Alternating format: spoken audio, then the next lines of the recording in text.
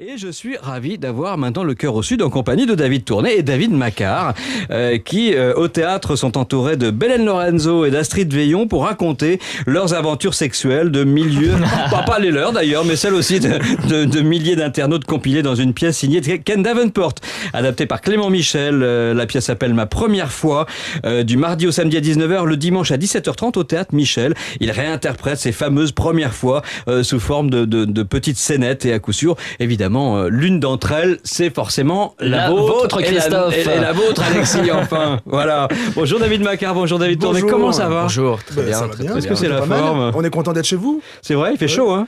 C'est Sud Radio. C'est ça. Non, mais vous savez, j'étais sûr que Sud Radio, vous n'étiez que dans le Sud. Mais maintenant, je suis content de savoir que vous êtes à Paris. 99.9 à Paris. Hein. Ouais, 95.2 chez mes parents à Avignon. C'est vrai? Je leur ai dit d'écouter. J'espère. Qu'est-ce que vous avez l'air de vous amuser sur scène tous les soirs? On a l'impression que vous prenez votre pied, mais alors... c'est pas parce que vous parlez de cul, hein, mais juste parce que... Mais ouais, on s'amuse beaucoup. Mais c'est une pièce qui est construite et faite pour s'amuser et pour s'amuser avec le public parce que c'est impossible autrement. Nous, on est obligé d'être dans le plaisir et on le fait avec joie parce que ça fait partie de notre métier. Mais vraiment, c'est un bonheur. On s'entend tellement bien tous les quatre qu'on est heureux de ça. Ah, David? Oui, c'est une vraie énergie. Alors, David. David et David. On est les David, on nous appelle par nos noms de famille d'ailleurs. C'est vrai, David et Tourné.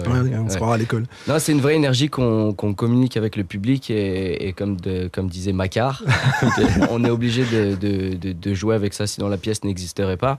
Donc nous, on donne tout ce qu'on a et on est content de le faire surtout. Et puis on porte en plus une parole de gens vrais, donc ça a du sens, on le fait avec beaucoup d'envie. Comme on rencontre les spectateurs avant aussi, on se dit qu'on a presque une responsabilité quand on porte des histoires vraies, de les dire avec amour, avec envie et avec joie. C'est des petites histoires vraies, hein, c'est pas... voilà, on rentre pas tellement dans le détail. Il y en a une qui est effectivement un peu plus longue, qui était racontée par Astrid Veillon, qui n'était pas forcément... je trouve qu'elle plombe un peu l'ambiance quelque part. Ça, elle casse un peu, voilà. Mais oui, ça peut... l'ambiance. Ouais, mais enfin, c'est du théâtre aussi, à un moment donné, ça n'est pas qu'anecdotique. Cette histoire, elle est vraie, elle est racontée, on va pas le dire sur votre antenne, parce que ce serait dommage de dévoiler, mais la première fois, en tout cas, pour les gens, ça n'est pas toujours un bon souvenir, c'est souvent pas un bon souvenir d'ailleurs. Alexis, c'est pas un bon souvenir du tout. Même la deuxième, la troisième, la 300e, c'est toujours pas un bon souvenir. Moi, je suis venu en plus vous voir le soir de la Saint-Valentin, et bon, on sentait un peu de gêne, et puis il y avait une ambiance quand même tout à fait particulière ce soir-là. Hein. D'abord, c'était complet. Oui, c'était complet, bien sûr. C'est quasiment tout le temps complet. Très très souvent d'ailleurs. Mais c'est vrai que ce soir-là, c'était un peu différent. Le soir de la Saint-Valentin. Vous sentiez dans la salle un peu plus d'électricité Non, tous les soirs on sent de l'électricité, c'est vraiment une grosse énergie. Nous on a besoin de ça aussi avec le public pour donner encore plus, pour aller encore plus loin. Mais c'est vrai que ce soir-là c'était un petit peu différent parce que dans certaines scènes on parle de la Saint-Valentin. Donc aujourd'hui c'était un jour, le jour de la Saint-Valentin était un jour particulier. Mais tous les jours. Et puis en plus la Saint-Valentin, évidemment il y avait beaucoup de couples. Ça a du sens parce que d'un seul coup on s'aperçoit souvent chez des couples qui soient jeunes couples ou plus âgés, qui savent pas forcément quelle a été la première fois de leur partenaire.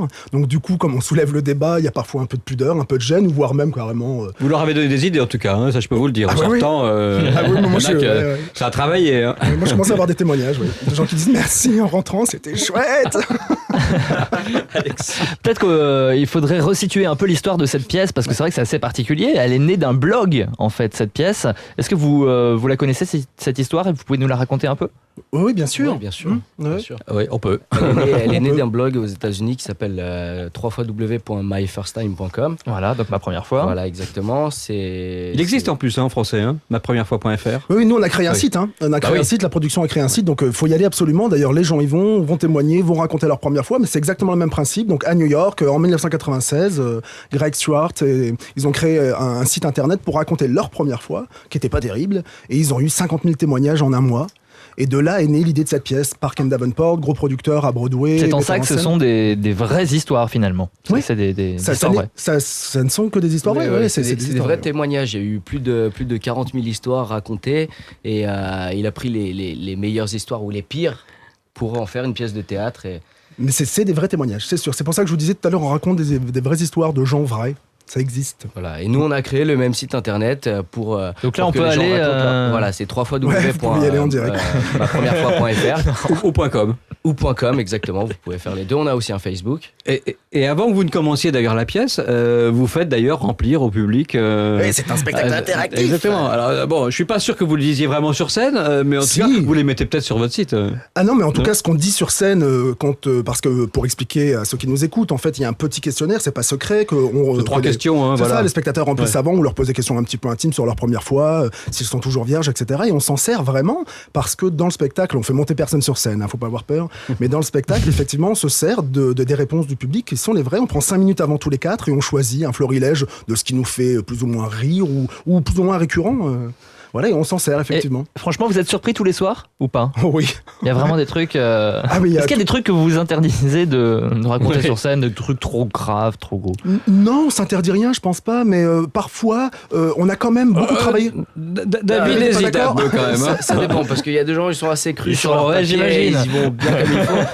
Il y a des choses qu'on dit pas et qu'on dirait pas parce qu'on n'a pas envie de rentrer dans la vulgarité. Vulgaire, parce que c'est un spectacle osé, mais pas du tout vulgaire. Et on veut pas qu'il le soit, justement. C'est un spectacle qui passe partout. C'est vrai qu'on parle de sexe, il y a de la nudité dans le spectacle, mais on veut pas qu'il soit vulgaire. Et il l'est pas. Le traitement de la sexualité et de la nudité au théâtre est très délicat et c'est vrai que ça peut très vite devenir vulgaire. Et là, Gabriel Olivares, notre metteur en scène, a cette force incroyable et c'est d'ailleurs pour ça que le succès de ce spectacle a été énorme en Espagne. C'est qu'à un moment donné, on raconte des choses, mais on parle d'amour d'abord et on parle de tout ça avec un langage parfois cru, mais une imagerie pas du tout vulgaire ni même grossière quelque part. Alors, il y a la nudité chez les garçons, mais il n'y a pas la nudité chez les filles. Alors, expliquez-moi pourquoi ce sexisme. Je veux me battre, Mais oui, pourquoi Astrid Veillon, pourquoi Belen Lorenzo ne font pas comme vous? Parce que dans le montage du spectacle... On voit pas tout non plus, faut être clair. Non, pas du tout. En fait, la nudité, elle se justifie au théâtre. Et là, elle est justifiée par des scènes qui amènent de la nudité. Il n'y a aucune autre scène dans ce spectacle qui puisse amener la nudité féminine à ce stade. Le spectacle est évolutif, il change tous les jours on retravaille, on fait des raccords, parce que déjà la mécanique comique nécessite cela, et puis parce que on en a besoin, et c'est vrai on n'aperçoit pas encore de nudité chez les femmes, mais je sens que Belen, par exemple, est partante. Sur une scène, on a trouvé... à mon avis, vous n'y arriverez jamais. On va l'appeler tout à l'heure après la pub. On va lui poser la question. David Macquart, David Tourné, on se retrouve tout de suite après la pub. Ouais, merci.